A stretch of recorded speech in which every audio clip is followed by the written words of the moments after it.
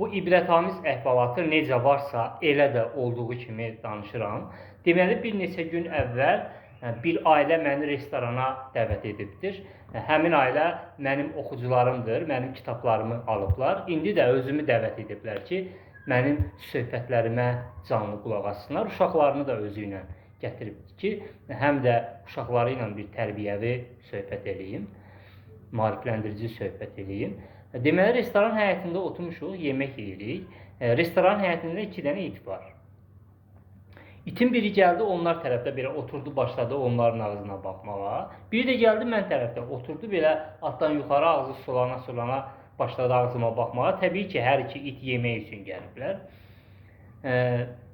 Ailənin üzvləri başladılar yemək yeyərkən, onlar masada da çoxlu sümük var. Başladılar onlar tərəfə də oturan itə o sümükdən atmağa. Mən də başladım öz qabımda olan ət tikələrindən mən tərəfdə oturan itə atmağa.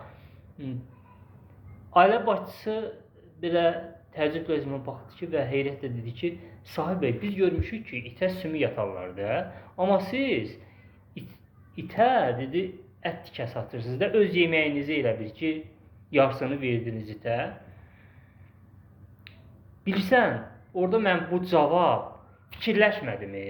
O mənim elə bil ki, ürəyimdən, yəni mənim o ürəyimdən gəldi və necə varamsa elə o olduğu kimi dedim. Yəni o hər zaman elə etdiyim üçün, yəni bunu bir, necə deyim, bir quraşdırmadım. Çünki o avtomatik o sözlər gəldi mənə. Dedim ki, bax o it, hər iki it, o bizə pənah gətirib də, nə olsun ki, onlar etdilər. Mən ona görə ona sümük yox, öz qabımda olan yeməkdən atdım ki, mən hər zaman belə eləyirəm, o itə də hörmət etmək lazımdır. Ki, mən istəmirəm ki, o itin yaddaşında itə sümük yatan adam kimi qalım. Mən istəyirəm ki, o itin yaddaşında yeməyini itlə yarı bölən adam kimi qalım. Uşaqlar da belə mənə diqqətlə baxırlar. 8-ci sinif şagirdi, böyük uşağı. Belə o da başladı yeməyində götürən bir tikə itə atdı və mənə dedi ki, Sahib müəllim, siz də mənim yaddaşımda yeməyini itlə yarı bölən adam kimi qalacaqsınız və mən də bugündən sonra itə sümük yox, yeməyimdən verəcəm. Və ailələr də bir-birinin üzünə baxdılar və o biri balaca uşaq da 5-də səhv eləmirəmsə 6-da oxuyurdu. O da qabından bir tikə götürdü, itə atdı və ailənin hər bir üzvü onlar tərəfdə oturan itə öz yeməklərindən götürdülər, atdılar və ailə başçısı alqışladı. Dedi ki, Sahib bəy, inanın. Dedi, bax, 5 dəqiqə ərzində mənim özümə də, uşaqlara da 5 illə bərabər elə bil ki, sizin bu sözləriniz bir dərs oldu da. Dedi, bu dəhşət bir təsir elədi. Hətta baxdım ki, o ailə başçısının gözündən yaş da gəlir.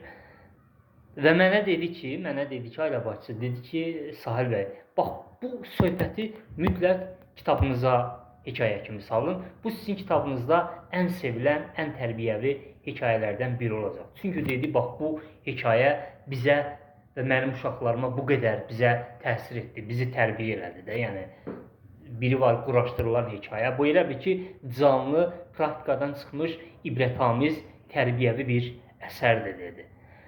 Və mən onu həqiqətən də gəldim, evdə gələndə hekayələşdirdim. Artıq inşallah onun kitabıma da salacağım. Yəni, bu söhbəti nə üçün elədim? Bax, bu münasibət çox önəmlidir.